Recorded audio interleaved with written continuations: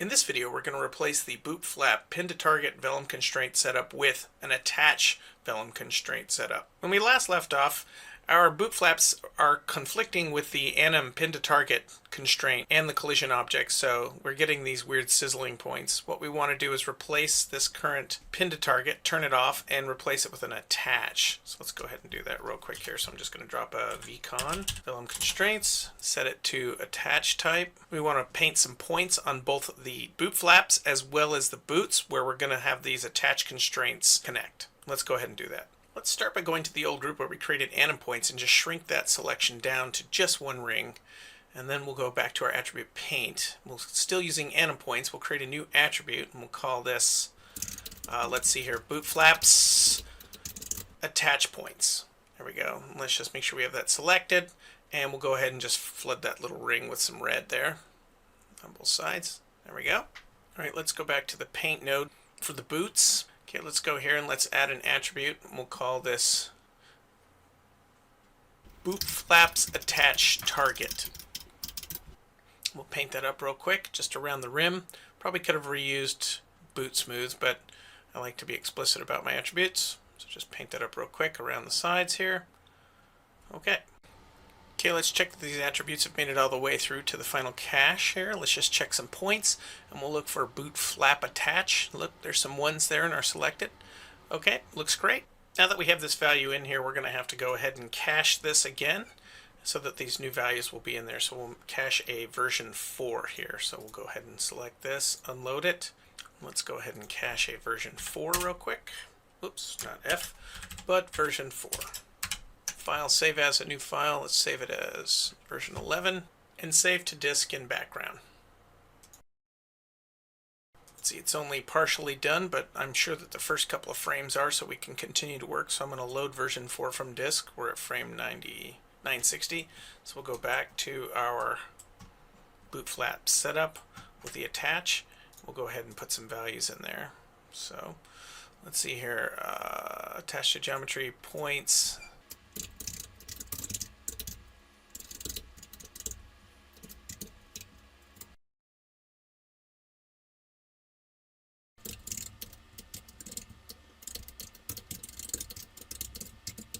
Go back to the cloth node here and increase bend stiffness by a factor of 100. And let's go ahead and run a sim here and see what the results look like. Okay, we get some preliminary results here, and you can see right here, I actually forgot to go back and change our point wrangle to say muddy boots instead of, or boots muddy instead of just muddy. So I went back and changed that. Also, I got a chance to take a look at some of this during the jump here. So as the jump is about to happen, but there is still some sizzling kind of going on here. So I had an idea. I went back and painted some attributes for animation. So if you look at animation, the front end of our boots never really collide with anything. The front end of these boot flaps, it's the back end that's colliding. So I'm just putting an animation constraint on the front side so that it always follows what I'm expecting. And I also decided that I wanted to maybe put some struts in there, so when this side bent down it would actually maybe push this side out so it would feel like some kind of leather. So I painted some area for struts that was similar to the original animation area, and I added some struts in here.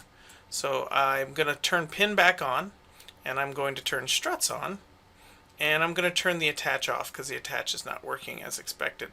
So let's go take a look at the struts here. I did turn on, here are the settings I have for struts, just in initial settings.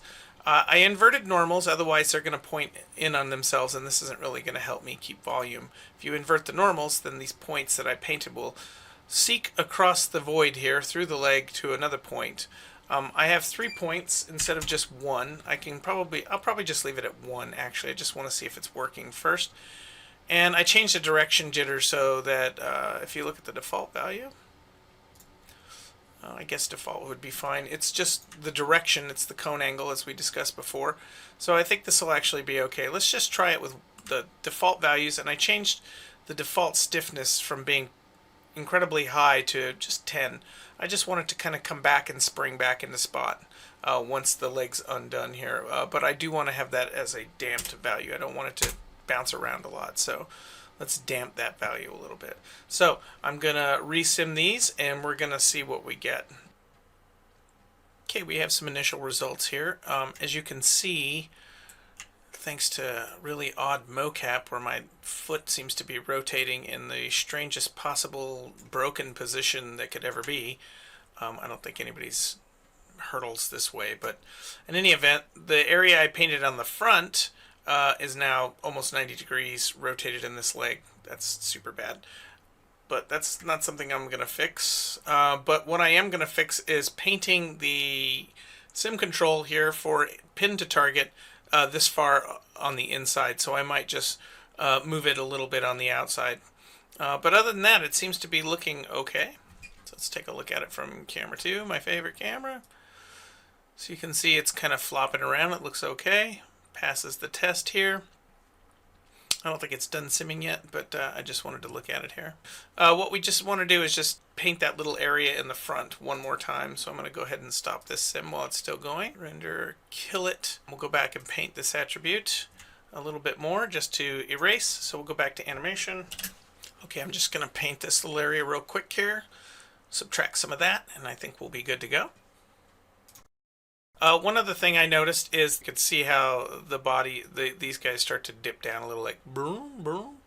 So I think what I want to do is just increase our struts just a little bit, maybe add one more strut per. So we'll just double it by doing a 2 here. So now there's 2 struts there, so that should kind of straighten things up a little bit. Let's go ahead and increment this and send it off to the farm again. Well, not the farm, I keep saying that, but it's not the farm. I just want to sim to the background. The results look much better coming through here, and we're actually getting some nice pinning motion, and we don't see a lot of shearing here, which is nice. Much better, much better. And the squat looks decent enough. That's pretty good. So this will give us what we're looking for right now, and we'll come back to this when we might have to come back to this when we merge the pants in. So let's move on to the next clothing item.